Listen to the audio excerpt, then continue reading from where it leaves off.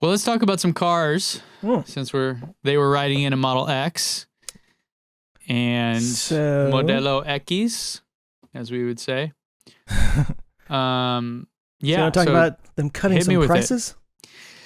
The executive wallet. No, yeah. Tesla has decided to cut prices across their lineup, with the Model 3 now starting at $37,990. By the way, you can still order the $35,000 Model 3. It still exists. It's still out there.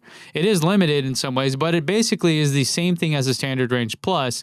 And then later, I understand that you can actually unlock some additional range or features or whatever for cheaper than it would be to just buy the Standard Range Plus. Oh, funny. So it's kind of like a little hack. I don't know if that's true now. Like, I don't know if now that's a $33,000 Model 3.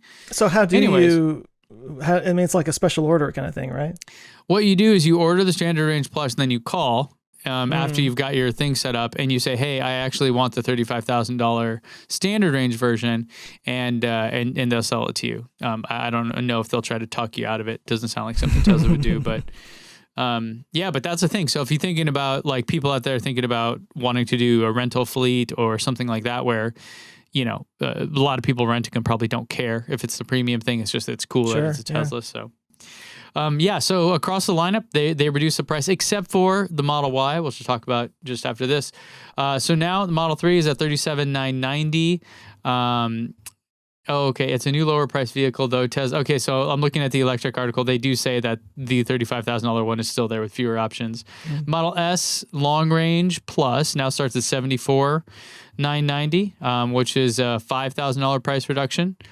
Model S Performance also dropped by $5,000, so it's at $94,990, which, yes, is a tremendous amount for a car. I mean, that's a house in a lot of parts of or a condo and stuff, but it's still crazy because of how quick that car is and what you get for that.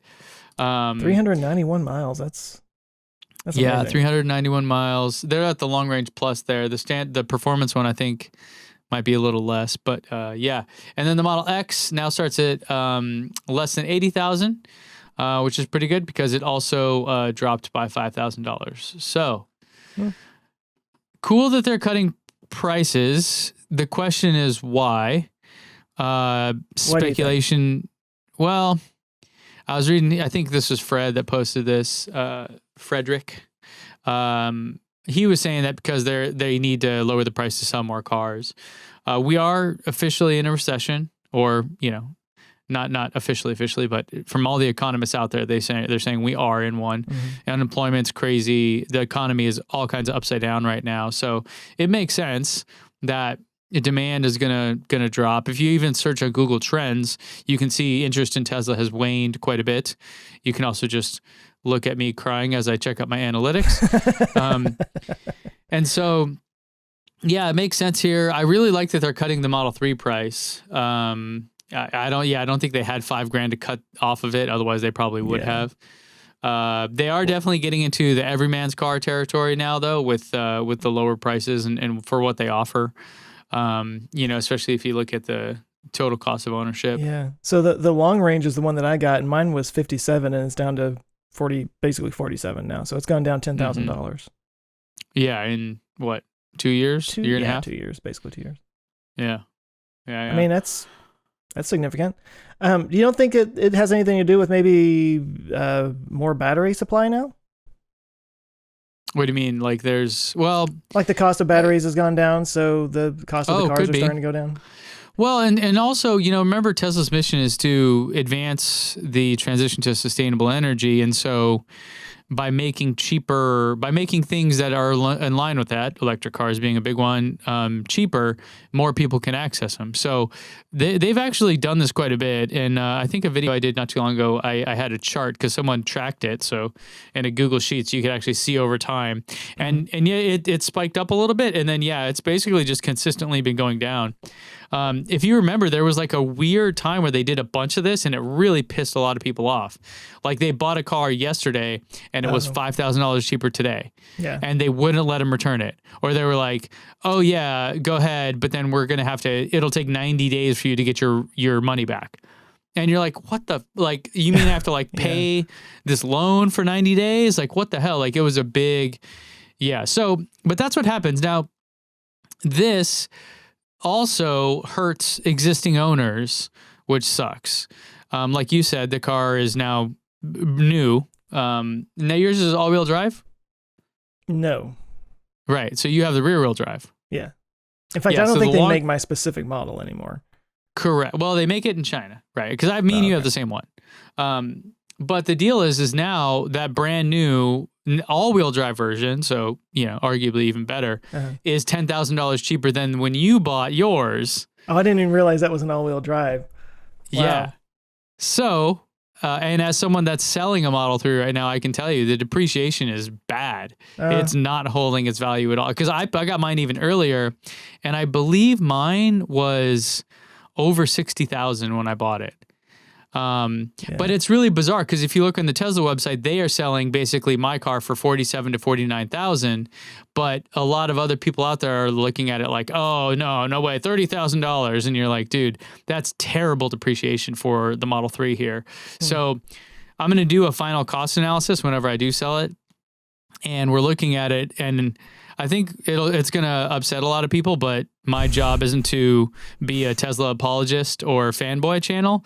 My job is to bring the data, and that's what I'm going to do. And it's not looking very good right now. And this certainly hurts depreciation or resale on all not the cars. looking good in terms of depreciation is what you're saying. Yeah, it's bad, which is always the biggest expense. So if you look at true cost of ownership, depreciation is always the one that is the biggest number there. Because maintenance, repairs, fuel, taxes, fees, financing, interest, blah, blah, blah, all the other stuff, it's peanuts. Usually it's, I bought it for 60 grand and I sold it for 30. So yeah, that's the biggest cost there. And then this, every time Tesla does this, existing cars drop in value, right? Now, if you're going to keep it forever, like I'm sure you are because that's you, but for me, someone that's like, oh, I'm going to be buying and selling these for a long time, this just hurts. It sucks. Yeah, but whatever. It's the business and life I chose, and I got to live with it, so it's fine. The depreciation life, you didn't choose it; it chose you. I'm not complaining about it. I think it's just a part of it. But I'm just saying, I'm mixed because it's something to think about. Of course, I want the prices to go down, and I want more EV adoption and everything, and that's all on a macro scale a very good thing. But I mean, it is kind of like whoa, somebody's getting a better car for 10,000 less than what I paid, 2 years ago. Yeah, and remember Tim too, because his was like, it was something where like he paid $5,000 extra for something, and then a month later that thing was now free. Oh, and you're like, wait, what? Yeah. And they were like, oh, we'll give you free supercharging, or we'll give you this, or we'll give you that. They kind of like were trying to, make it up to them. And it's hard, man. When you, I mean, if there were, this seems like a rather arbitrary price drop, I guess is what it comes down to. If there were, oh, hey, we now have new Model 3s that have these new features, and the older Model 3s are now cheaper. That to me would be like, oh, that makes sense. Like the new iPhone comes out, the existing iPhone inventory that they still have drops in price. Because why would I buy that one? Well, you better give me a financial reason to, So it's unfortunate because I mean, honestly, part of the reason why I got this car, one of the reasons why I thought I was smart for getting this car, was that it was something that was gonna, kind of last a long time and probably uphold its value better than possibly some others. Because I figured, the software updates, it can improve over time, of course, but like you just said, I'm somebody that keeps a car for a really long time. So over 5 years or 7 years, it's probably going to get a lot more out of it. But I don't know. I guess we'll have to see when you do all your numbers, when you add up like the cost of electricity versus gas and all that, what it's going to come around to. I mean, I knew that the price of the car was going to go down over time, and I was fine with that. I wanted to be part of the whole movement and whatnot, and I wanted to experience electric cars, and I can afford it for now anyway. But it's interesting. Yeah. So it's good and bad, right? Yeah. Well, as to why they did it could be a demand thing. It sounds like that would make sense with the economy kind of in the toilet. Yeah. It makes sense that you would lower prices because demand is going to be lower. So. Hey guys, thanks so much for watching this clip from our show. If that's just not enough for you and you want to watch the full episode, you can go to olfpod.com/YT. And if you want more from us, you can consider becoming a Patreon member. You'll get early access to episodes. You can join our awesome community. You can actually watch us record live and get your name in the credits by going to olfpod.com/Patreon. So thanks everyone for watching. Check back every Friday for new clips here and new episodes on the main channel. Thanks, everybody.